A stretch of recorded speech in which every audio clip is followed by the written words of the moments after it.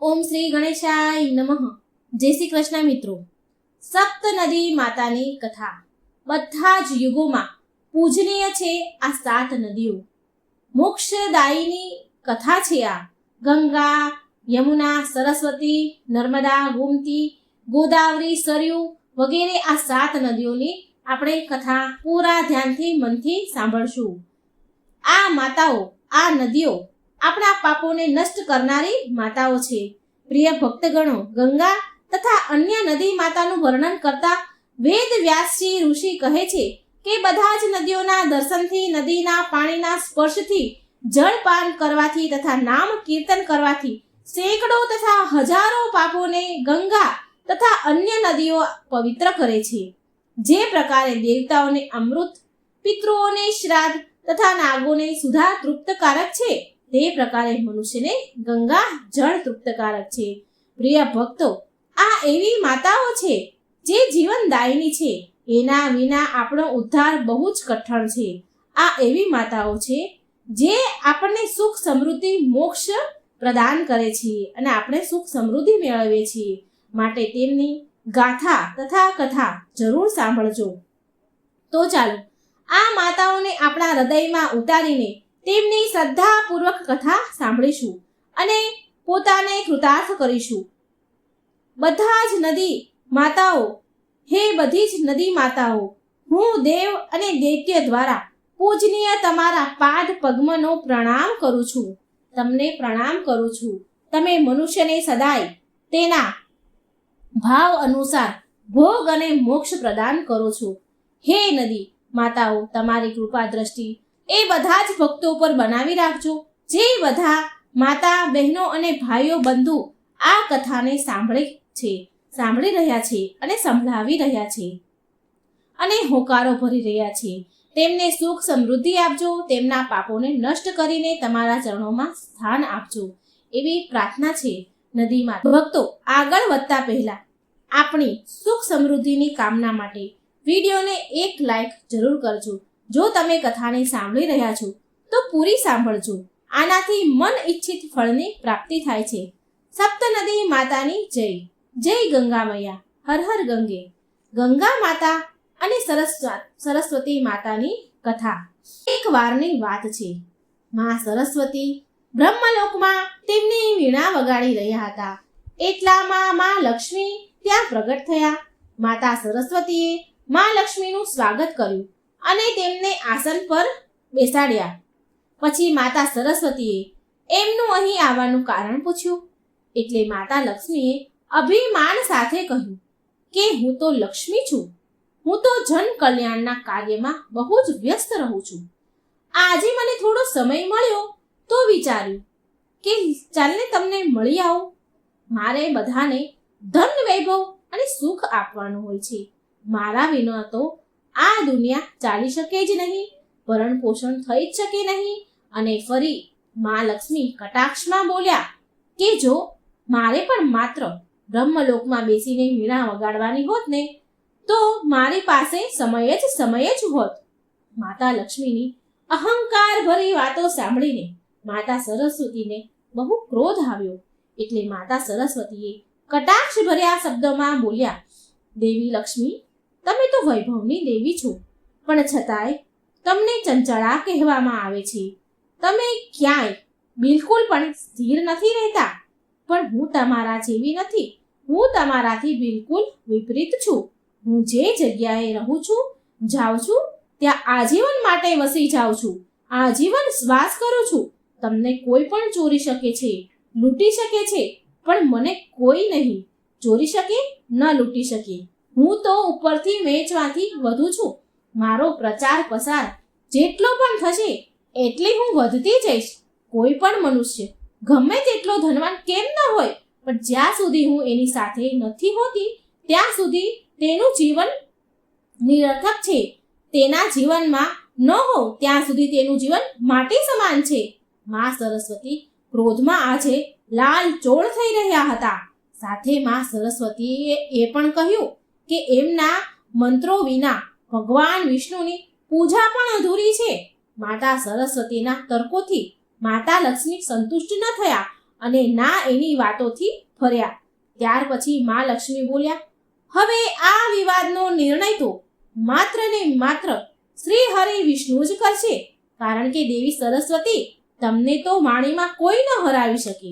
ત્યાર પછી બંને દેવી મા લક્ષ્મી અને મા સરસ્વતી નિર્ણય કરવા માટે ભગવાન વિષ્ણુ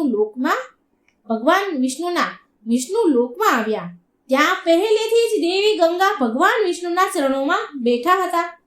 શ્રી હરિને ધ્યાનમાં લીન જોઈને માતા લક્ષ્મી તેમની પાસે જઈને બેસી જાય છે, પણ કોઈ પણ મા સરસ્વતીને બેસવા માટે કહેતું નથી.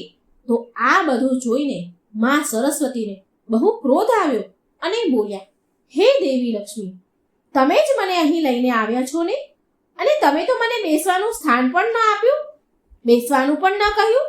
મને તમે બોલાવ્યા તો તમે જ છે, બોલાવીને કોઈ સ્થાન નથી આપી રહ્યા બેસવા માટે. શું વિષ્ણુ લોકમાં અતિથિનું આવી રીતે સત્કાર કરવામાં આવે છે?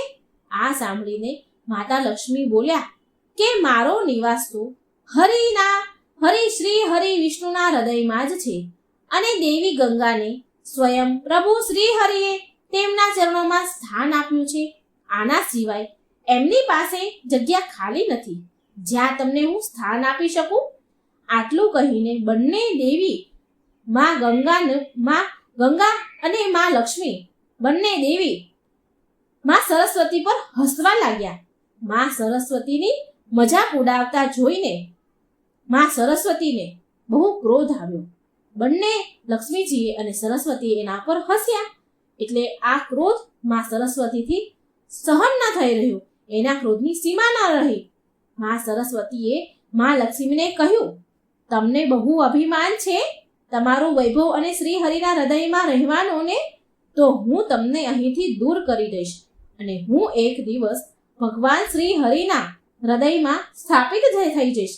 આટલું કહીને માતા સરસ્વતીએ માં લક્ષ્મીને શ્રાપ આપી દીધો અને કહ્યું કે તમે વિષ્ણુ લોક છોડીને ધરતી લોક પર ચાલ્યા જશો, જ્યાં તમે વૃંદાના રૂપમાં જન્મ લેશો. ત્યાં જઈને તમારો ભગવાન વિષ્ણુ સાથે કોઈ સંબંધ નહીં રહે, અને ધરતી પર તમારા લગ્ન એક અસુર સાથે થશે. આવી રીતે માં સરસ્વતીએ લક્ષ્મીજીને શ્રાપ આપ્યો. તો આ શ્રાપ સાંભળીને માં ગંગાને સરસ્વતી પર બહુ ક્રોધ આવ્યો, અને એણે માં ગંગાએ સરસ્વતીને શ્રાપ આપ્યો કે એ એક નદીના રૂપમાં પૃથ્વી લોક પર વહેશે. પ્રિય ભક્તો, આ શ્રાપ હજી અહીં પૂરો ન થયો, આ વાત હજી અહીં પૂરી ન થઈ. માં લક્ષ્મીનો પક્ષ લેતા દેવી ગંગાએ માં સરસ્વતીને શ્રાપ આપી તો દીધો, પણ માં સરસ્વતીને આ ભેદભાવ બિલકુલ ન ગમ્યો.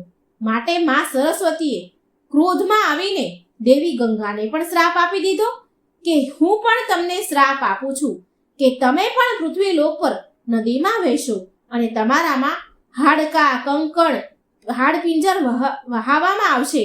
પ્રિય ભક્તો, જ્યારે આ શ્રાપની વાત અહીં પૂરી થઈ તો ત્રણેય દેવીઓ પછતાવા લાગી અને એની શ્રાપની મુક્તિના ઉપાયો શોધવા લાગી.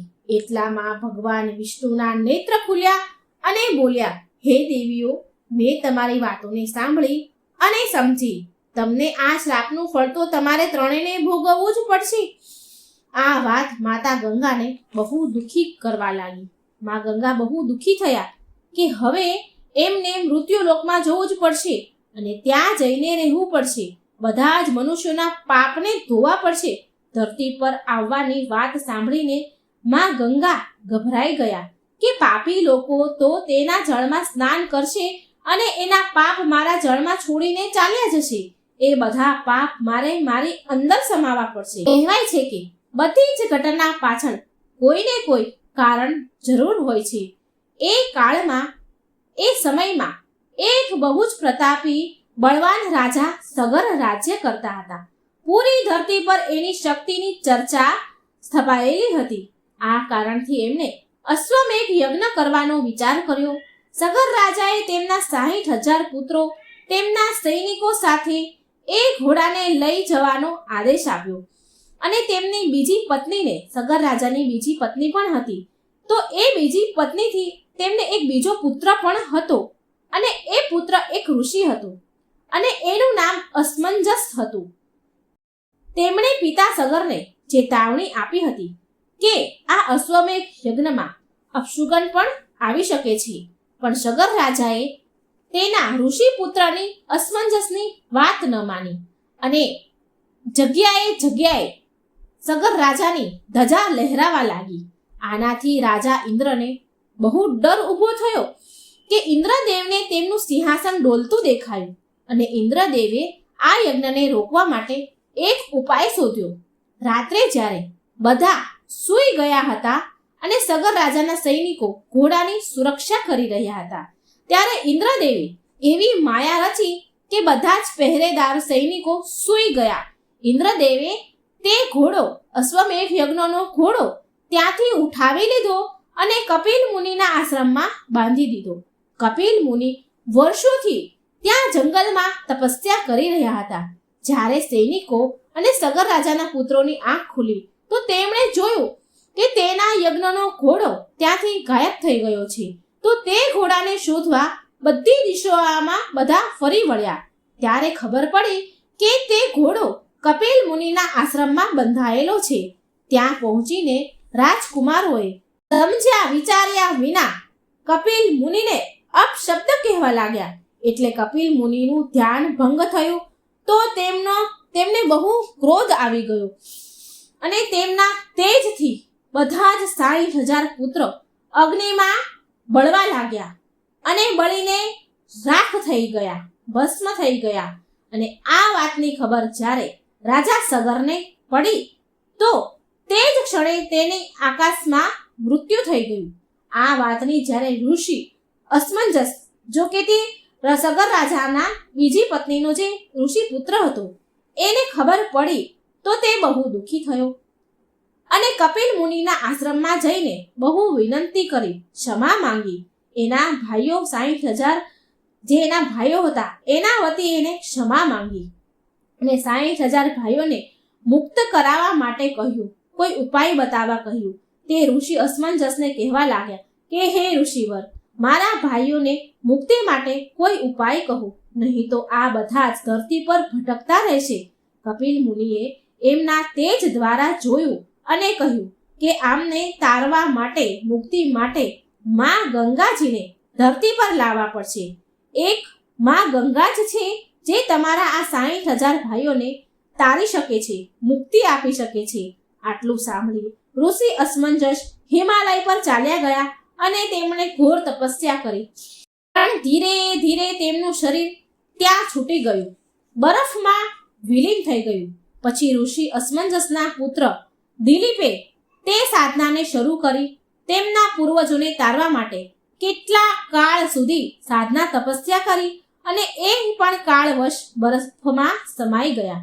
જ્યારે રાજા દિલીપના પુત્ર ભગીરથને આ વાતની ખબર પડી તો એમણે પણ માતા ગંગાના અવતરણની કૃપા કરવા માટે, પ્રાપ્ત કરવા માટે તપસ્યા શરૂ કરી.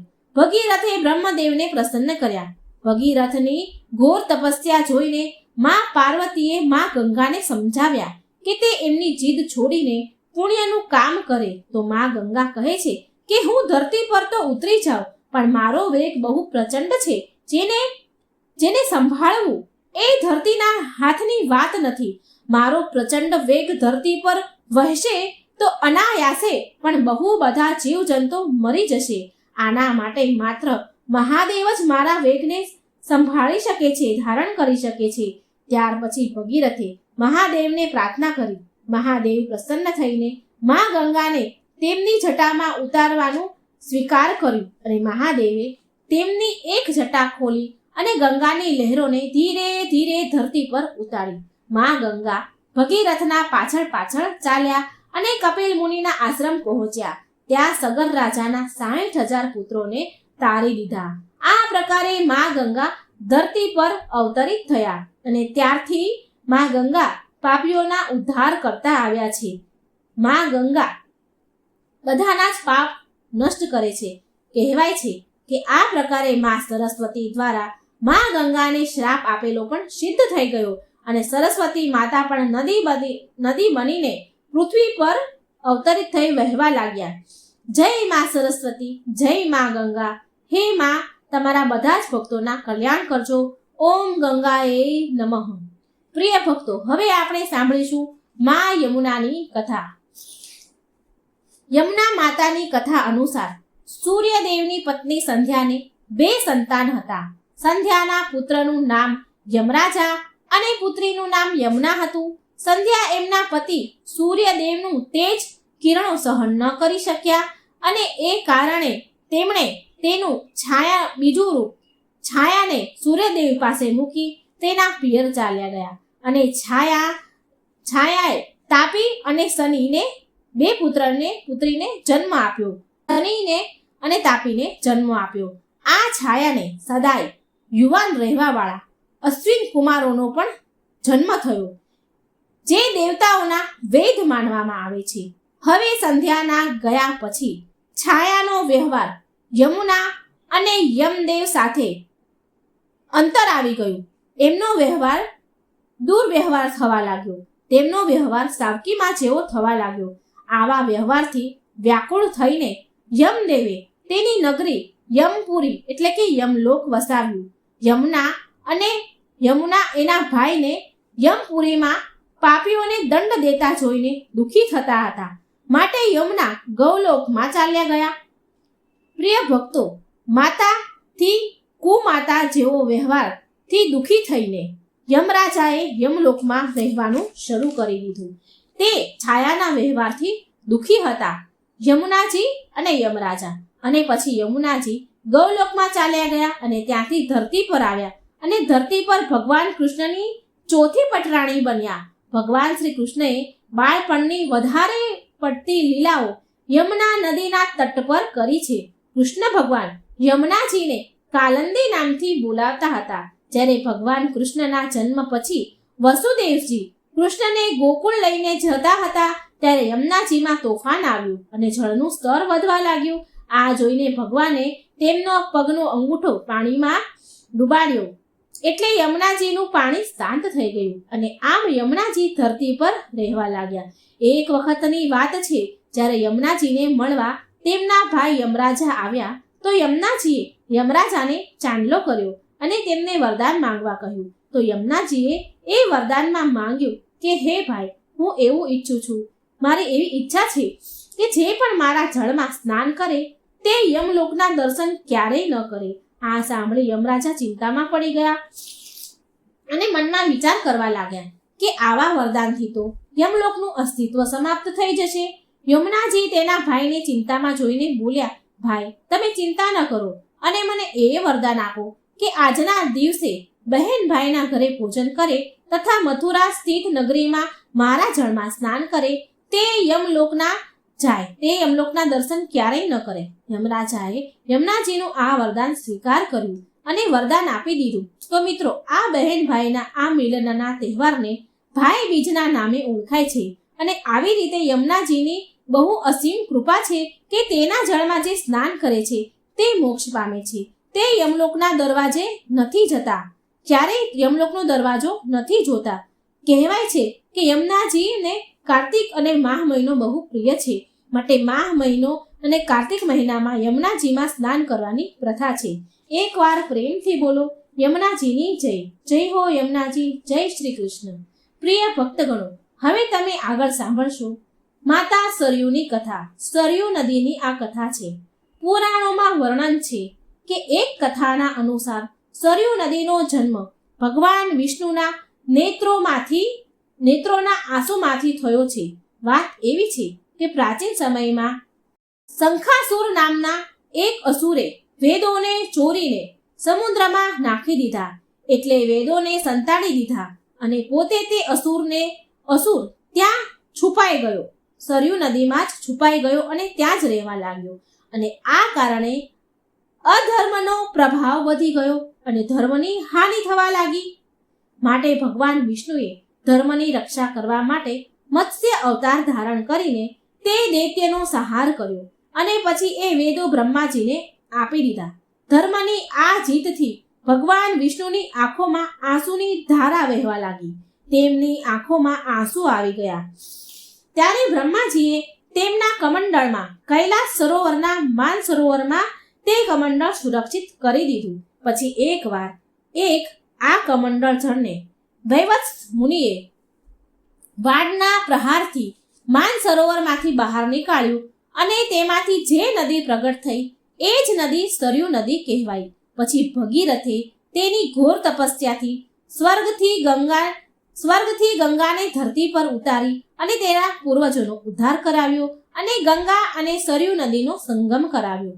પ્રિય ભક્તો, સરયુ નદી માતાની એક કથા બીજી પણ પ્રચલિત છે, જે સીતા માતાથી જોડાય છે. આ વાત એ સમયની છે જ્યારે માતા ભગવાન શ્રી રામ અને લક્ષ્મણ સહિત માતા સીતા ભગવાન શ્રી રામ અને લક્ષ્મણ સહિત 14 વર્ષ માટે વનવાસ જઈ રહ્યા હતા. ત્યારે મા સીતાએ સરયુ માતાને પ્રાર્થના કરી હતી કે તે સહકુશળ પાછા અયોધ્યા નગરી આવી જશે શ્રી રામ અને લક્ષ્મણ સાથે, તો તે સરયુ માતાની પૂજા કરશે. જ્યારે 14 વર્ષ વીતી ગયા પછી જ્યારે તે 14 વર્ષ પછી શ્રી રામ અને લક્ષ્મણ સાથે અયોધ્યા આવે છે, તો એની ખુશીમાં અયોધ્યા નગરીમાં ચારેય બાજુ ખુશી, હર્ષ, ઉલ્લાસ હતો અને ચારેય બાજુ દીવા પ્રગટાવવામાં આવ્યા હતા. આ ઉત્સાહ, આ ઉમંગમાં સીતાજીને સમય ન મળ્યો સરયુ નદીની પૂજા કરવાનો. અને એ સમયે મા સીતાને યાદ આવ્યું કે વનવાસ જતા સમયે મા સરયુને વચન આપ્યું હતું કે તે ફરી એના પતિ અને દિયર લક્ષ્મણ સાથે પાછા સ્વકુશળ આવશે તો પૂજા કરશે, વિધિ વિધાનથી પૂજા કરશે. આમ વિચારીને માતા સીતા લક્ષ્મણને સાથે લઈ ગયા અને રાત્રે સરયુ નદીના તટ પર પહોંચી ગયા. દિવસે સમય ન મળ્યો માટે મા સીતા રાત્રે સરયુ નદીના તટ પર પૂજા કરવા જાય છે. મા સીતાએ સરયુની પૂજા કરવા માટે લક્ષ્મણને જળ લાવવા માટે કહ્યું. હવે લક્ષ્મણ જળ લાવવા માટે ઘડો લઈને સરયુ નદીમાં ઉતર્યા. લક્ષ્મણ જળ ભરી જ રહ્યા હતા એટલામાં સરયુ નદીની અંદરથી અખાસુર નામનો એક મહા અસુર નીકળ્યો, જે લક્ષ્મણને ગળવા માટે આગળ વધ્યો. ત્યારે મા સીતાએ આ દ્રશ્ય જોઈ લીધું અને તેમણે લક્ષ્મણને બચાવવા માટે અધાસુરને ગળતા પહેલા મા સીતાએ લક્ષ્મણને જ ગળી લીધા. લક્ષ્મણને ગળી ગયા. લક્ષ્મણને ગળી જતાની સાથે મા સીતા અને લક્ષ્મણનું શરીર જળ સમાન તત્વમાં બદલાઈ ગયું. આ અદ્ભુત દ્રશ્ય હનુમાનજી જોઈ રહ્યા હતા અને એ એક ઝાડ પાછળ સંતાઈ ગયા. હનુમાનજીએ માતા સીતા અને લક્ષ્મણને મિશ્રિત શરીર એક ઘડામાં ભરી લીધું અને ભગવાન શ્રી રામ સામે ઉપસ્થિત થયા અને બધી જ ઘટના ભગવાન શ્રી રામને હનુમાનજીએ કહી સંભળાવી. હનુમાનજીની બધી જ વાત સાંભળીને શ્રી રામ ભગવાન હસ્યા અને એમણે હનુમાનજીને કહ્યું કે આ રાક્ષસને ભગવાન શિવનું વરદાન છે કે મળેલું છે, માટે રાક્ષસનું વધ તો હું પણ ન કરી શકું. ભગવાન શિવના આ વરદાન અનુસાર અધાસુરનો વધ ત્યારે જ કરી શકાય છે જ્યારે સીતા અને લક્ષ્મણનું શરીર એક થઈને કોઈ તત્વમાં બદલી જાય અને હનુમાન એ તત્વનો ઉપયોગ એક શસ્ત્રના રૂપે કરે. પ્રિય ભક્તો, પ્રભુ શ્રી રામની વાત સાંભળી હનુમાનજીએ એ ઘડાના જળને ગાયત્રી મંત્રથી અભિમંત્રિત કરીને સરયુ નદીમાં વહાવી દીધું. સરયુ નદીમાં એ જળ ભળી જતા નદીમાં આગની જ્વાળા ઉઠી, જેમાં બળીને અધાસુર રાક્ષસ ભસ્મ થઈ ગયો. અધાસુરના ભસ્મ થતાની સાથે સરયુ નદીએ સીતા અને લક્ષ્મણને પાછું શરીર આપી દીધું અને આવી રીતે ફરીથી એમનું નવું જીવન તેમને મળ્યું. મિત્રો, તમને જણાવીને હેરાની થશે કે ગંગાની જેમ પવિત્ર હોવા છતાં પણ આ નદીનું જળ પૂજા પાઠમાં કામમાં નથી લેવામાં આવતું, કારણ કે આની પાછળ ભગવાન શિવનો આ નદીને શ્રાપ છે. ઉત્તર રામાયણ અનુસાર જ્યારે શ્રી રામે સરયુ નદીમાં જળ સમાધિ લઈને તેમના દેહનો ત્યાગ કર્યો હતો, ત્યારે આ વાતથી ભગવાન શિવ બહુ ક્રોધે ભરાયા અને તેમણે સરયુ નદીને શ્રાપ આપી દીધો કે તારું જળ હવે પૂજા પાઠના કામમાં લેવામાં નહીં આવે. હા, પણ તારા જળમાં સ્નાન કરવાથી લોકોના પાપ જરૂર નષ્ટ થશે. તો મિત્રો આ હતી સરયુ નદી માતાની કથા. પ્રેમથી બોલો સરયુ માતાની જય. મિત્રો હવે આપણે સાંભળશું ગોદાવરી નદીની કથા. ગોદાવરી માતાની કથા અનુસાર પ્રાચીન સમયમાં બ્રહ્મગીરી પર્વત ઉપર ઋષિ ગૌતમ તેમની પત્ની અહલ્યા બંને રહેતા હતા અને તપસ્યા કરતા હતા. એ ક્ષેત્રમાં એવા કેટલાય ઋષિ હતા જે ગૌતમ ઋષિથી ઈર્ષ્યા કરતા હતા અને તેમને નીચું દેખાડવાની ભરપૂર કોશિશ કરતા હતા. એકવાર બધા જ ઋષિઓએ ગૌતમ ઋષિ પર ગૌ હત્યાનો આરોપ લગાવી દીધો. વાત એવી હતી કે તે સમયે બધા જ ઋષિઓ એક ષડયંત્ર રચી રહ્યા હતા. રચ્યું હતું એક બહુ જ દુબળી પાતળી મરણ ઓહારતી હોય એવી ગાય, જોકે તે મરણ અવસ્થામાં જ હતી, તેને ગૌતમ ઋષિના ખેતરમાં મોકલી દીધી. હવે એ ગાય ઉગેલો પાક હતો જે ખેતરમાં એ ખાવા લાગી. હવે આ જોઈને ગૌતમ ઋષિએ એ ગાયને ખેતરમાંથી નીકાળવા માટે એક પાતળી એવી લાકડી લઈને ગયા. એક લાકડીથી તેમણે ગાયને માર્યું તો ન હતું, માત્ર તેને અડાડી જ હતી.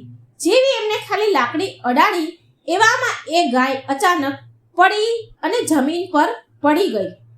તો મિત્રો અને મરી ગઈ, એ ગાય મરી ગઈ. તો મિત્રો આવી રીતે ઋષિ ગૌતમ પર ગૌ હત્યાનો આરોપ લગાવીને બધા ઋષિઓ બોલ્યા કે આ હત્યાના પાપના પ્રાયશ્ચિત કરવા માટે દેવી ગંગાને અહીં લઈને તમારે આવવું પડશે, ત્યારે જ તમારા માથેથી આ પાપ ઉતરશે. અને જો તમે આવું નહીં કરો તો તમારે આ જગ્યા અને આ આશ્રમ છોડીને જવું પડશે. પ્રિય ભક્તો, ત્યારે ગૌતમ ઋષિએ શિવલિંગની સ્થાપના કરીને તેમની પત્ની સાથે પૂજા શરૂ કરી. ઋષિની ભક્તિથી પ્રસન્ન થઈને શિવજી અને માતા પાર્વતી ત્યાં પ્રગટ થયા અને શિવજીને વરદાન માંગવા કહ્યું. ત્યારે ઋષિ ગૌતમે દેવી ગંગાને એ સ્થાન પર મોકલવાનું વરદાન માંગ્યું. હવે ભગવાન શિવે દેવી ગંગાનું આહ્વાન કર્યું તો દેવી ગંગા બોલ્યા, હે ભગવાન, હું અહીં તો જ ઉતરીશ, તો જ રહીશ જ્યારે તમે ત્રણેય ત્રિદેવ એક જ રૂપમાં શિવલિંગમાં બિરાજમાન હશો અને હું તમારા પવિત્ર શિવલિંગ પર થઈને અહીંથી પ્રવાહિત થઈશ. આ સાંભળી ત્યાં વિષ્ણુ સહિત બ્રહ્માજી પણ પ્રગટ થયા અને ત્રણેય દેવોએ એક રૂપ ધારણ કરી એમના અંશથી એક શિવલિંગને પ્રગટ કર્યું. પ્રિય ભક્તો, ગંગાજીનું આમ કહેવાથી ભગવાન શિવ અહીં ત્રયંબકેશ્વર જ્યોતિર્લિંગના રૂપમાં વાસ કરે છે, સ્થાપિત થયા. આ પ્રકારે અહીં ત્રણેય દેવતા સમાયેલ છે, બ્રહ્મા, વિષ્ણુ અને મહેશ. અને માતા ગંગા ગોમતી નદીના રૂપમાં ત્યાં વહેવા લાગ્યા. ગોમતી નદીનું નામ ગોદાવરી પણ છે. બ્રહ્મા, વિષ્ણુ, મહેશ ત્રણેય દેવ એક સાથે ત્રયંબકેશ્વર શિવલિંગમાં સ્થાપિત થયા.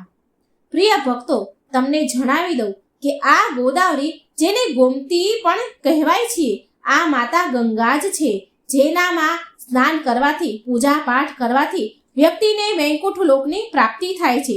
તે વ્યક્તિના બધા જ પાપ નાશ કરે છે.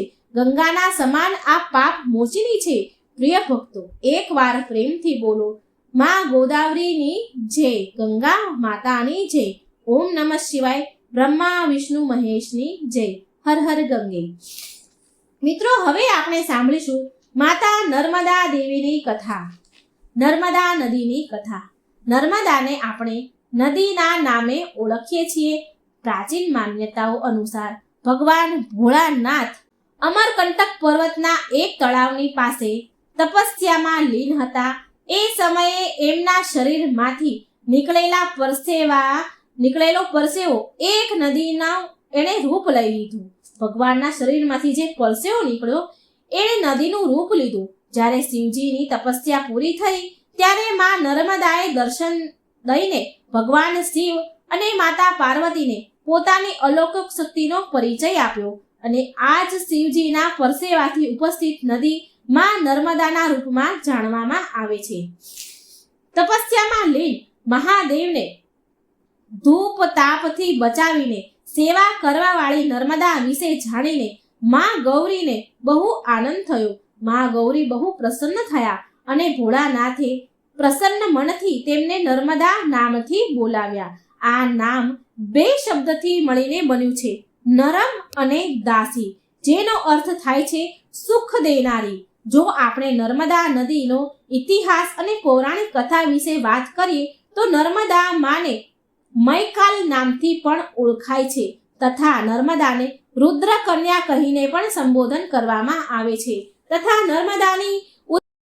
નર્મદાને ગંગાજી કરતાં પણ વધારે પવિત્ર માનવામાં આવે છે. હિન્દુ ધર્મમાં નર્મદાની પરિક્રમાને પુણ્યશાળી માનવામાં આવે છે. પિતૃઓને મોક્ષ દેનારી નર્મદાને પિતૃઓની પુત્રી પણ કહેવામાં આવે છે. પ્રિય ભક્તો, એક લોકકથા અનુસાર એવી માન્યતા છે કે નર્મદા રાજા મેઘલની પુત્રી હતી. કહેવાય છે કે રાજા મેઘલે તેમની અત્યંત રૂપવાન પુત્રી માટે એવું નક્કી કર્યું હતું કે જે પણ રાજકુમાર ગુલાબ કાવલીના દુર્લભ ફૂલ તેની પુત્રી માટે લાવશે તો તેની પુત્રીના લગ્ન એ ફૂલ લાવવાવાળા સાથે થશે. પછી આ સાંભળીને રાજકુમાર સોનભદ્ર ગુલાબ કાવલીના ફૂલ લઈ આવ્યા એટલે તેની સાથે રાજકુમારી નર્મદાના લગ્ન નક્કી થયા. તે સમયે નર્મદા રાજકુમાર સોનભદ્રના દર્શન ન કરી શક્યા, પણ તેમના રૂપ અને યૌવન અને પરાક્રમની કથાઓ સાંભળી તે મનમાં સોનભદ્રને બહુ પ્રેમ કરવા લાગ્યા હતા. અને આ બાજુ લગ્ન થવામાં થોડા દિવસ હજી બાકી હતા, પણ નર્મદાથી રહેવાયું નહીં એટલે તેની દાસી જુહીલાના હાથે પ્રેમ પત્ર મોકલવાનું તેમણે વિચાર કર્યો. હવે જુહીલાને પ્રેમ સંદેશ નર્મદાએ લખીને આપી દીધો. હવે જુહીલા તો નર્મદાની દાસી હતી અને સખી સમાન પણ હતી, માટે તેને મજાક કરવાનું સૂઝી આવ્યું. એટલે જુહીલાએ નર્મદા પાસેથી તેના વસ્ત્ર અને ઘરેણાં માંગ્યા અને તે વસ્ત્ર ઘરેણાં પહેરી નર્મદાના ઘરેણાં વસ્ત્ર પહેરી અને રાજકુમારને પત્ર આપવા માટે નીકળી ગઈ. જુહીલા રાજકુમાર સોનભદ્રની પાસે પહોંચી તો રાજકુમાર સોનભદ્રએ તેની સખી જુહીલા નર્મદા સમજી બેઠા, ભૂલ કરી બેઠા અને સોનભદ્ર જેવા રાજકુમારને જોઈને અહીં જુહીલાના મનમાં પણ ખોટ આવી ગઈ. રાજકુમારના પ્રણય નિવેદન પ્રેમને એ ઠુકરાવી ન શકી. પ્રેમ ભરી વાતો એ જુહીલા ઠુકરાવી ન શકી, કારણ કે સોનભદ્રએ તો નર્મદા સમજીને એની સાથે વાત કરી હતી, તો એ પ્રેમ ઠુકરાવી ન શકી અને જુહીલાને ખોટ મનમાં આવી ગઈ અને સોનભદ્ર રાજકુમારના પ્રેમમાં પડી ગઈ. આ બાજુ જુહીલા હજી આવી નહીં એટલે નર્મદાની ધીરજ ખૂટી, ધીરજના બાણ તૂટ્યા. તેની ધીરજ ખૂટી. તેની દાસીની બહુ આતુરતાથી તે વાટ જોઈ રહી હતી, પણ હજી સુધી દાસી આવી નહીં. હવે જુહીલા ન આવી એને વાર લાગી એટલે તે પોતે જ સોનભદ્રને મળવાનું વિચારી અને નર્મદા ઘરેથી નીકળે છે સોનભદ્રને મળવા માટે. હવે ત્યાં નર્મદા પહોંચીને જુએ છે કે સોનભદ્ર અને જુહીલા એક સાથે છે એટલે નર્મદા દેવીને અપમાનની ભીષણ અગ્નિમાં બળી ઉઠ્યા અને તરત જ ત્યાંથી ઊંધી દિશામાં ચાલવા લાગ્યા અને હવે પાછી ક્યારેય નહીં આવે આવા નિર્ણય સાથે નર્મદા ઉલટી દિશામાં વહેવા લાગ્યા અને સોનભદ્ર તેની અજાણે થયેલી ભૂલ પર બહુ જ પછતાયા. પણ સ્વાભિમાન અને વિદ્રોહની પ્રતીક બનેલી નર્મદા દેવી પાછા વળીને ક્યારેય આવ્યા નહીં અને કહેવાય છે કે ત્યારથી જ તે જગ્યાથી નર્મદા ઊંધી દિશામાં વહેતા આવ્યા છે. અને આજે પણ માનવામાં આવે છે કે નર્મદા દેવીએ આજે પણ આજીવન વિવાહ નથી કર્યા અને કુંવારી રહી ગયા. નર્મદાને કુંવારી નદીના રૂપમાં પણ ઓળખાય છે. જેવી રીતે આપણે સાંભળ્યું કે આ નર્મદા નદી ગંગા નદી કરતાં પણ વધારે પવિત્ર માનવામાં આવે છે, આવું શાસ્ત્રમાં વર્ણન થયેલું છે. તો મિત્રો, આ હતી 7 નદી માતાની કથા. એકવાર પ્રેમથી બોલો નર્મદા માતાની જય, ભગવાન ભોળાનાથની જય.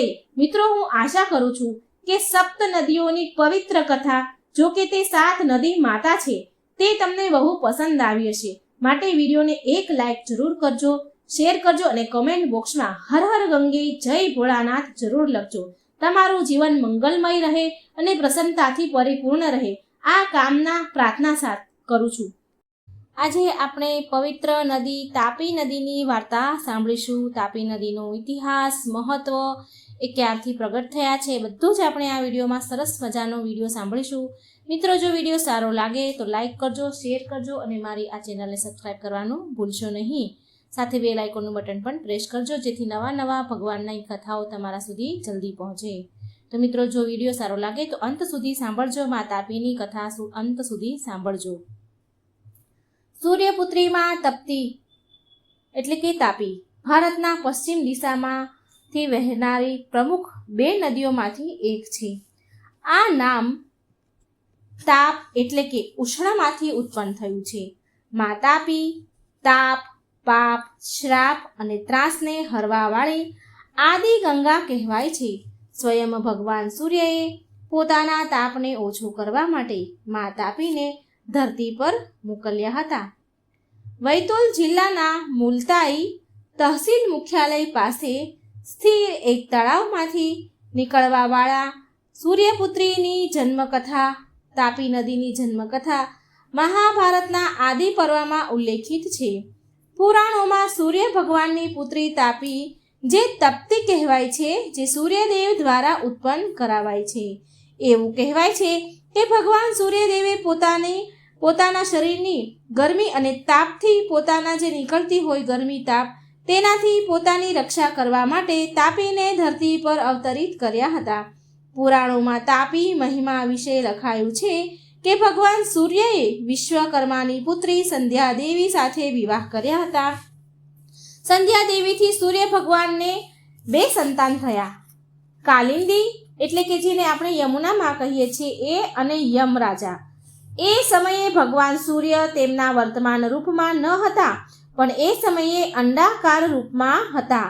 સંધ્યા દેવીથી ભગવાન સૂર્યનો તાપ સહન ન થયો, માટે તેમણે તેની જગ્યાએ તેની દાસી છાયાને, તેમનો પડછાયો, તેમનો છાયાને ત્યાં મૂકી દીધો અને સંધ્યા દેવી પોતે તપસ્યા કરવા ચાલ્યા ગયા. હવે છાયાએ સંધ્યાનું રૂપ ધારણ કરીને ઘણા સમય સુધી સૂર્યદેવની સેવા કરી. ભગવાન સૂર્યદેવથી છાયાને શનિદેવ અને તાપ્તી નામે 2 સંતાન થયા. ભગવાન સૂર્યએ તેની પુત્રી તાપીને આશીર્વાદ આપ્યો હતો કે તે વિનય પર્વતથી પશ્ચિમ દિશા તરફ વહેશે. પુરાણો અનુસાર કૃતયુગમાં ચંદ્રવંશમાં ઋષ નામનો એક પ્રતાપી રાજા રાજ્ય કરતો હતો. એના સવર્ણને ગુરુ વશિષ્ઠે વેદોની શિક્ષા આપી હતી. એક સમયની વાત છે જ્યારે સવર્ણ રાજપાટનું દાયિત્વ ગુરુ વશિષ્ઠના હાથમાં વશિષ્ઠને સોંપી નીકળી ગયા હતા. તો જંગલમાં સવર્ણે એક સરોવરમાં અપ્સરાઓને સ્નાન કરતા જોઈ, જેમાંથી એક તાપી પણ હતા. તાપીને જોઈને સવર્ણ મોહિત થઈ ગયા અને સવર્ણે આગળ જઈને તાપી માતા સાથે વિવાહ કરી લીધા.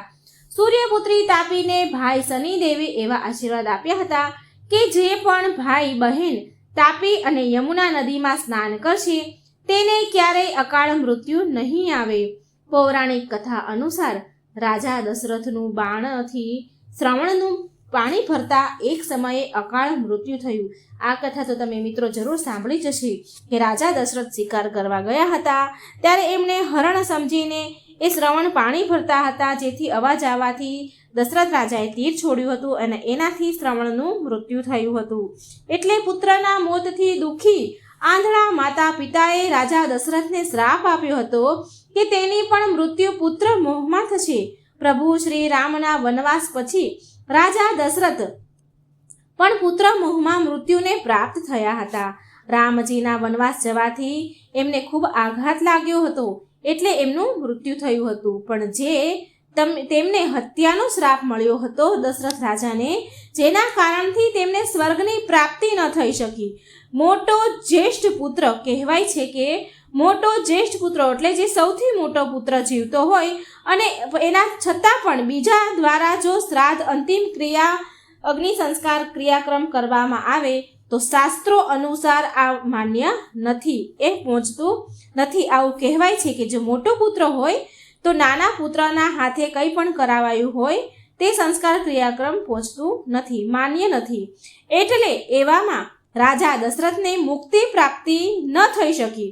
માટે પ્રભુ શ્રી રામ સૂર્યપુત્રી માં આદિ ગંગા તાપીના તટ પર તેમના અનુજ લક્ષ્મણ, દેવી સીતાજીની ઉપસ્થિતિમાં પિતૃઓ અને તેમના પિતા દશરથ રાજાની તર્પણ વિધિ કાર્ય તાપી નદીમાં કર્યું હતું.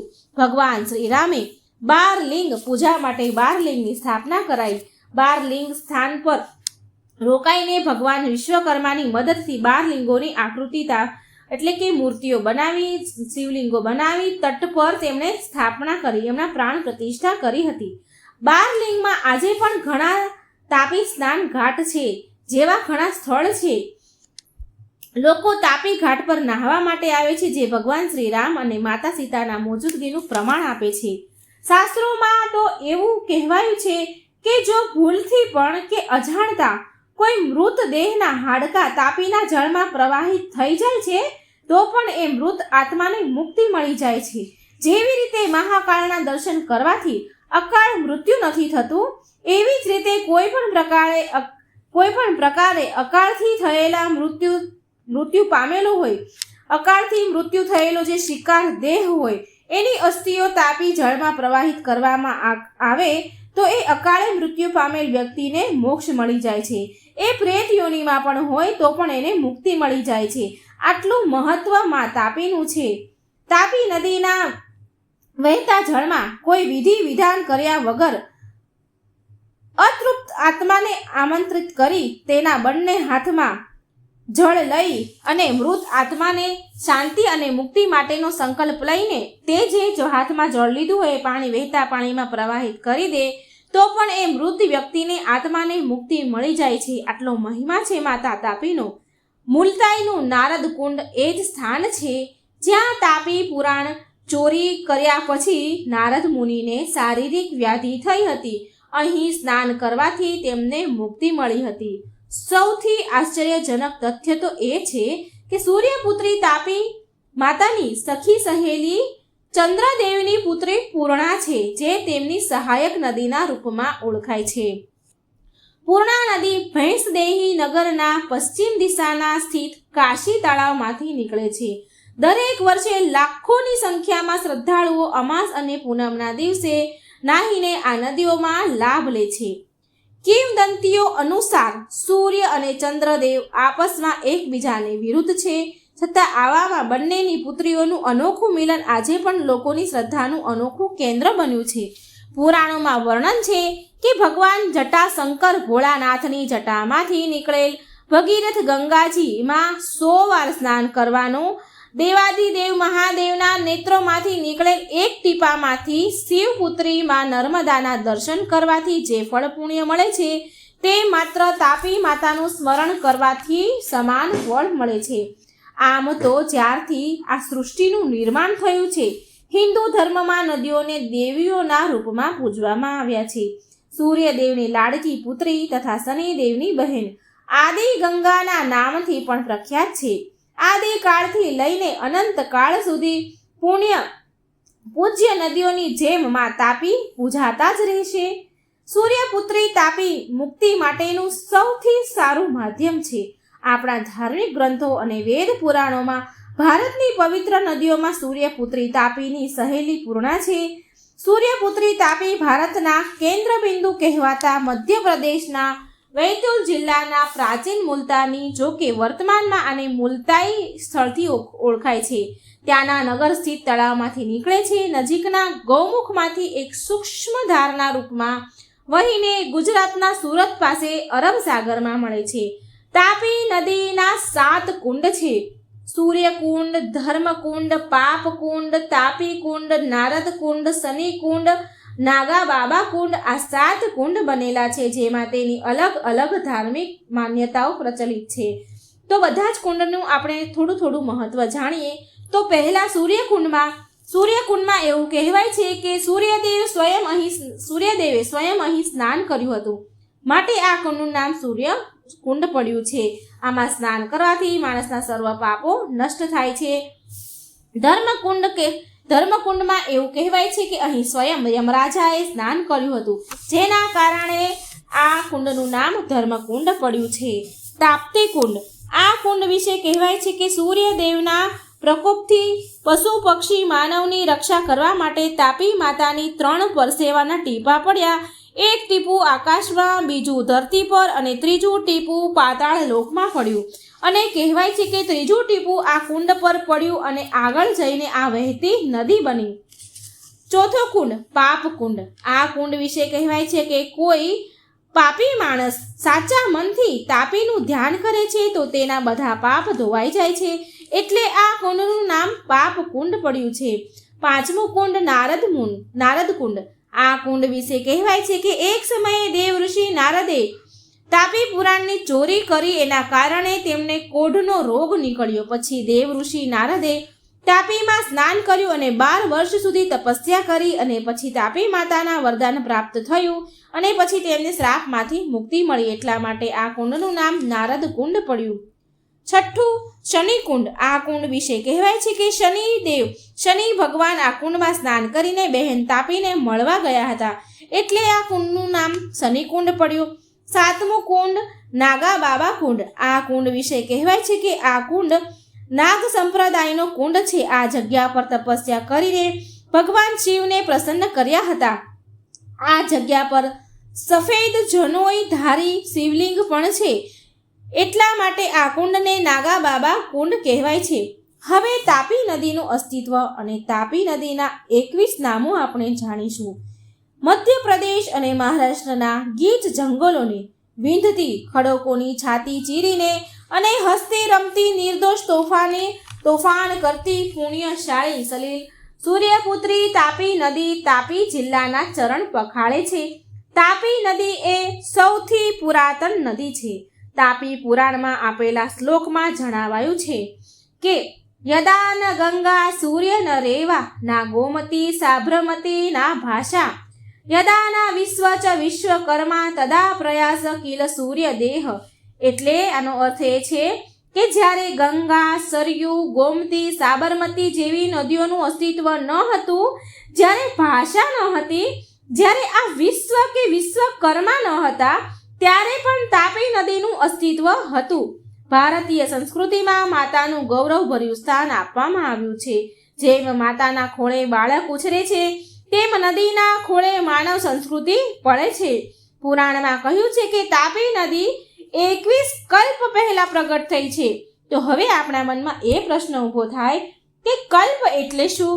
તો મિત્રો જણાવું તો શાસ્ત્રમાં જણાવ્યા પ્રમાણે એક કલ્પ એટલે 4 અબજ 32 કરોડ વર્ષ. તો એ રીતે 4 અબજ 32 કરોડ વર્ષને 21 સાથે ગુણતા આશરે 91 અબજ વર્ષ થાય. તો આમ તાપી માતા 21 કલ્પ પહેલા પ્રગટ થયા હતા. તાપી માતાનો જન્મ અષાઢ સુદ સાતમના દિવસે થયો હતો. આજે પણ આ શુભ દિવસ તાપી માતાના જન્મદિવસ તરીકે ઉજવવામાં આવે છે. કહેવાય છે કે ગંગામાં સ્નાન કરવાથી, રેવામાં દર્શન કરવાથી, સરસ્વતીનું આચમન કરવાથી પવિત્ર થવાય છે, જ્યારે તાપી માતાનું તો માત્ર સ્મરણ કરવાથી સર્વ પાપોનો નાશ થાય છે. તાપી માતાના 21 કલ્પો આપણે જાણીએ તો 21 કલ્પોના નામ આ પ્રમાણે છે. પહેલું પદ્ય, બીજું પોષ્કર, ત્રીજું શૌર, ચોથું શાંભવ, 5 ચાંદ્ર, છઠ્ઠું કશ્યપ, 7મું ઉપેન્દ્ર, 8મું ઐન્દ્ર, 9મું વારુણ, 10મું મહાબળ, 11 મહેશાન, 12 ઉત્કલ, 13 કુનાલાક, 14 પ્રાકૃતિ, 15 મત્સ્ય, 16 એલાખ્ય, 17 કુર્મ, 18મું વરાહ, 19 આદિવરાહ, 20 કૃષ્ણ વરાહ અને 21 શ્વેત વરાહ. આ 21 કલ્પોના નામ હતા. આમ કુલ 21 કલ્પ જોવા મળે છે. અને હવે આવી જ રીતે આ પ્રમાણે તાપી માતાના 21 નામો પણ છે, જે મિત્રો આ પ્રમાણે છે: સત્યા, સત્યોદ્રવા, શ્યામા, કપિલા, તાપિની, નાસત્યા, સાવિત્રી, કપિલાબિંકા, તપનાહદા, નાસિકોહવા, સહાકારા, સનકા, અમૃતશય નંદિની, સૂક્ષ્મ તારિણી, સૂક્ષ્મ, સૂર્યા, સર્વ વિશાપહા, તિગ્મા, તિગમારિયા, તારા અને 21મું તામરા. તાપી નદી સાતપુડાની પર્વતમાળામાંથી બેતુલ જિલ્લાના મુલતાઈ નામના ગામ પાસેથી એક તળાવ પાસેથી નીકળે છે. ત્યાં મૂળ તાપી નામે એક રેલવે સ્ટેશન પણ છે. તાપી નદીના કિનારે વસેલા નગરો જોઈએ તો આ પ્રમાણે છે: ધારા, નસીરાબાદ, મેડવાટ, અમલનેર, બુરહાનપુર, જેનાબાદ, નમનખેડા, ભૂસાવલ, જલગાંવ, ઉકાઈ, કાકરાપાર, માંડવી, કડોદ, બૌધાન, કામરેજ, ઉમરા, ભીમપોર, ડુમ્મસ વગેરેનો સમાવેશ થાય છે. એવું માનવામાં આવે છે કે બૌધાન ગામ પાસે તાપી નદીને ગુપ્ત રીતે ગૌતમી ગંગા અને સામે કિનારે ગલતેશ્વર આગળ પ્રગટ નારદી ગંગા તાપી નદીને મળે છે, જેથી ગલતેશ્વર આગળ ત્રિવેણી સંગમ થાય છે. આ સ્થળ ખૂબ જ પવિત્ર મનાય છે. એનું મહાત્મય પ્રયાગરાજ અને ત્રયંબકેશ્વર જેટલું જ છે. અહીંથી આગળ તાપી, કામરેજ, કઠોર થઈ, ઉત્તરાણ, અશ્વિની કુમાર થઈ, સુરત, રાંદેર થઈ, ડુમ્મસ પાસે અરબી સમુદ્રમાં વિલીન થઈ જાય છે. તો મિત્રો, આ હતી મા તાપીનો મહિમા, એમના 21 કલ્પોના નામ, માતા તાપીના 21 નામ. તો મિત્રો, તમને જો આ વિડીયો સારો લાગે માતા તાપીનો તો શેર કરજો, લાઈક કરજો, જેથી બીજા લોકોને પણ મા તાપીની કથા મહિમા સાંભળવાનો અવસર મળે અને આપણને પુણ્ય પ્રદાન થાય. ધર્મના રસ્તા પર મારો સાથ જરૂર આપજો. આ વિડીયોને બને એટલો શેર કરજો. આજે આપણે ગંડકી નદી અને શાલિગ્રામની કથા સાંભળીશું. શાલિગ્રામ એક ગંડકી નદીમાંથી મળી આવે છે, જેમાં ભગવાન પોતે જ બિરાજમાન છે. તો આ કથા તમે પૂરા ધ્યાનથી અને મનથી સાંભળજો. તમે જાણતા જ હશો મિત્રો કે ભગવાન વિષ્ણુનું એક સ્વરૂપ શાલિગ્રામ પણ છે. પણ શું તમે એ જાણો છો કે ભગવાનના શાલિગ્રામ સ્વરૂપ પથ્થરને ગંડકી નદીમાં જ કેમ મળી આવે છે? જો નથી જાણતા તો અત્યંત પવિત્ર કથા આ વિડીયોને અંત સુધી જરૂર સાંભળજો, કેમ કે શાલિગ્રામની કથા એક ગણિકા સાથે જોડાયેલી છે. ઓમ નમો ભગવતે વાસુદેવાય. મિત્રો, જેવી રીતે નર્મદા નદીના હરેક પથ્થરને ભગવાન શિવનું રૂપ માનીને નર્મદેશ્વર કહેવામાં આવે છે, એવી જ રીતે ગંડકી નદીના હરેક પથ્થરને શાલિગ્રામ કહેવાય છે. એના હરેક પથ્થર શાલિગ્રામ હોય છે. એવું કહેવાય છે કે ભગવાન વિષ્ણુ આ નદીના શાલિગ્રામમાં સ્વયં પ્રતિષ્ઠિત હોય છે. આની પ્રાણ પ્રતિષ્ઠા નથી કરવી પડતી. પૌરાણિક કથા અનુસાર હજારો વર્ષ પહેલા એક ગણિકા થઈ હતી. તેનું નામ ગંડકી હતું. એ ગણિકા રોજ રાતે કોઈને કોઈ પુરુષ સાથે ભોગવિલાસ કરતી અને બદલામાં એ પુરુષ પાસેથી ધન પણ મેળવતી હતી. ગંડકીને આ કામ કરતા કરતા ઘણા બધા વર્ષો વીતી ગયા. તો એક દિવસ એક મહાત્મા એ ગામમાં આવ્યા જ્યાં ગણિકા રહેતી હતી. તે મહાત્માએ ગામમાં આવીને એ ગામવાળાનું કલ્યાણ કર્યું. આ સાંભળીને જોઈને એ ગંડકી પણ એ મહાત્મા પાસે જઈને કહે છે, હે મહાત્મા, તમે તો સંત છો, તો તમે મુજ ગણિકાનું પણ કંઈ કલ્યાણ કરી દો. ગંડકીની વાત સાંભળીને મહાત્મા બોલ્યા, હું તારું કલ્યાણ તો કરી દઈશ, પણ એના માટે તારે આ ગણિકાપણું છોડવું પડશે. ગંડકી બોલી, હે ગુરુજી, હું બધું જ છોડી શકું છું, પણ મારું આ શરીર વેચવાનું ન છોડી શકું, કેમ કે ગુરુજી, હવે મને આની આદત થઈ ગઈ છે. ઘણા વર્ષોથી આ કામ કર્યું છે મેં, માટે મને આદત પડી ગઈ છે. આના સિવાય તમે મને જે કંઈ છોડવાનું કહેશો એ હું છોડી દઈશ, પરંતુ આ કામ તમે મારાથી ન છોડાવો અને કોઈ પણ રીતે મારો ઉદ્ધાર કરો પ્રભુ. પછી ગુરુજી બોલ્યા, તો એક કામ કર, આજ પછી તારી પાસે જે પણ પુરુષ આવે તું એને તારો પતિ માન અને ભગવાન માનીને એની સેવા કરજે, એટલે તારો ઉદ્ધાર થઈ જશે. ગણિકા બોલી, ઠીક છે ગુરુજી, આજ પછી હું આવું જ કરીશ.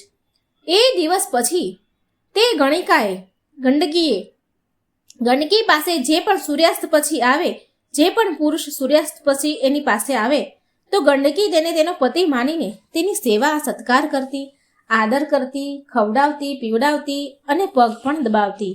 આટલું જ નહીં, સૂર્ય અસ્ત થયા પછી જે પણ પુરુષ તેની પાસે આવતો તેને તેના પતિ પરમેશ્વર માનતી હતી. આવી રીતે ગંડકીએ મહાત્માએ કીધેલી વાતો પર વિશ્વાસ કરીને તેનું પાલન કરવા લાગી, સાચી નિષ્ઠાથી પાલન કરવા લાગી. હવે આ તરફ વૈકુંઠ લોકમાં બેઠા બેઠા ભગવાન વિષ્ણુ આ બધું જ જોઈ રહ્યા હતા. આમ ઘણા દિવસ થઈ ગયા પછી શ્રી હરિ વિષ્ણુને વિચાર આવ્યો કે કેમ ન હું આ ગંડકીની પરીક્ષા લઉં. આમ વિચાર કરી ભગવાને પરીક્ષા લેવાનો નિર્ણય લીધો. એક દિવસની વાત છે, જ્યારે સૂર્ય અસ્ત થયો તો ભગવાન વિષ્ણુ એક પુરુષના વેશમાં તે ગંડકી પાસે આવ્યા. એ ગણિકાના ઘરે આવ્યા. જ્યારે ભગવાન આવ્યા તો તે ગંડકીએ રોજની જેમ તે પુરુષના ચરણ ધોયા, ભોજન કરાવ્યું, પાણી પીવડાવ્યું અને પગ પણ દબાવ્યા. આ બધું જોઈને ભગવાન વિષ્ણુ તો બહુ પ્રસન્ન થયા. પછી રાતે પ્રતિક્રિયા પછી ભગવાન વિષ્ણુ ગંડકી સાથે સૂઈ ગયા. અચાનક સવારે 4 વાગે ભગવાને ગંડકીને જગાડી અને બોલ્યા કે મને તો બહુ માથું દુખે છે. પુરુષ રૂપી ભગવાનની આવી હાલત જોઈ તે ગંડકી બોલી, હું હમણાં જ કોઈ વૈદ્યને બોલાવીને આવું છું. એટલે ભગવાન બનેલા એ પુરુષ બોલે છે, નહીં, તું ક્યાંય ન જા, હું તારા વિના નહીં રહી શકું. અને ભગવાનને એટલું બધું જોરમાં માથું દુખવા લાગ્યું કે જોતામાં એમના પ્રાણ નીકળી ગયા. મિત્રો, ભગવાન તો માત્ર મરવાનું નાટક જ કરી રહ્યા હતા. ભગવાન તો મરી ગયા. એટલે તે ગંડકી ગણિકાને લાગ્યું કે અરે, આ તો મારા પતિ હતા. મારા પતિ મર્યા પછી તો મારે પણ સતી થવું જ પડશે. પછી સવારે ગામવાળાને ખબર પડી કે ગંડકી ગણિકાના ઘરે કોઈ પુરુષ મરી ગયો છે. તો ગામવાળા તેની ઘરે પહોંચી ગયા અને તેમની પાસે તેમણે બધાએ વાંસની અર્થી એટલે કે નનામી તૈયાર કરી.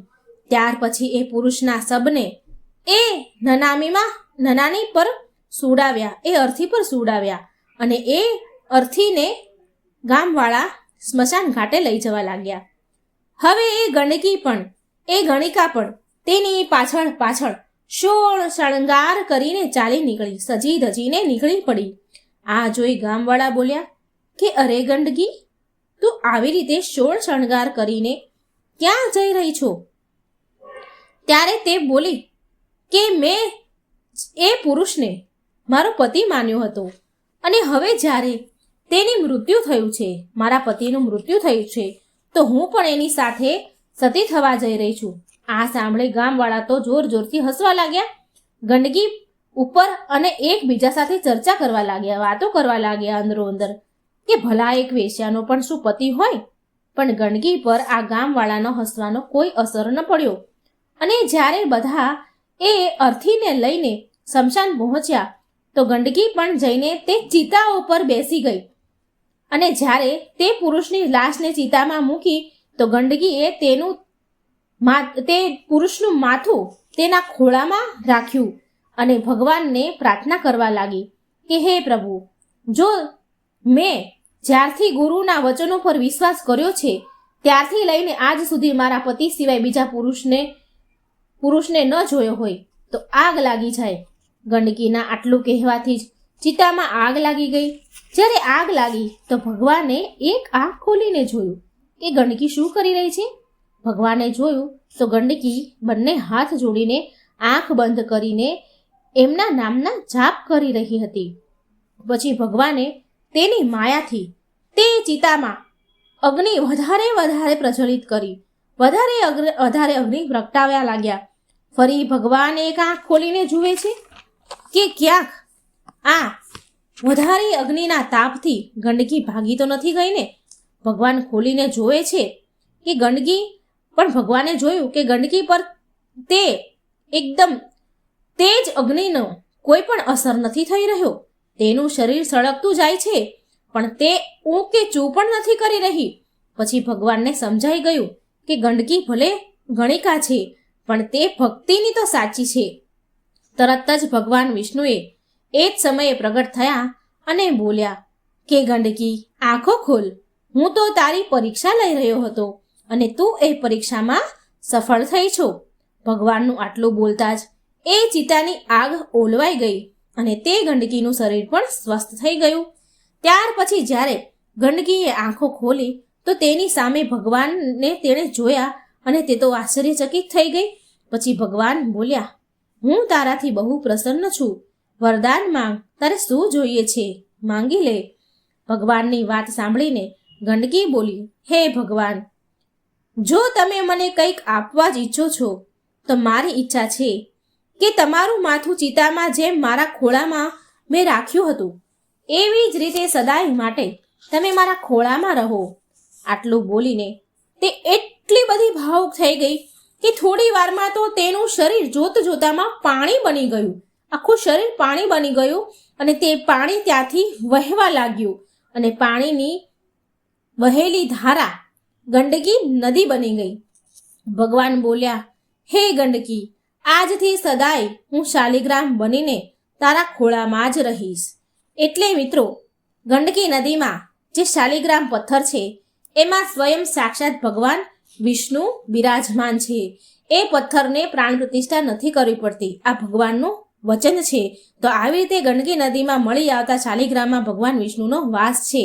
તે શાલિગ્રામની પ્રતિષ્ઠા નથી કરવી પડતી. આ સત્ય ઘટના છે મિત્રો. જો તમને આ કથા સારી લાગી હોય, પસંદ આવી હોય તો લાઈક કરજો, શેર કરજો અને મારી ચેનલને સબસ્ક્રાઈબ જરૂર કરજો. મારી ચેનલમાં ધાર્મિક કથાઓ, વાર્તાઓ, શાસ્ત્રોની વાર્તાઓ સાંભળવા માટે ચેનલને સબસ્ક્રાઈબ જરૂર કરજો. જય શ્રી કૃષ્ણ. રાધે રાધે. Thank you.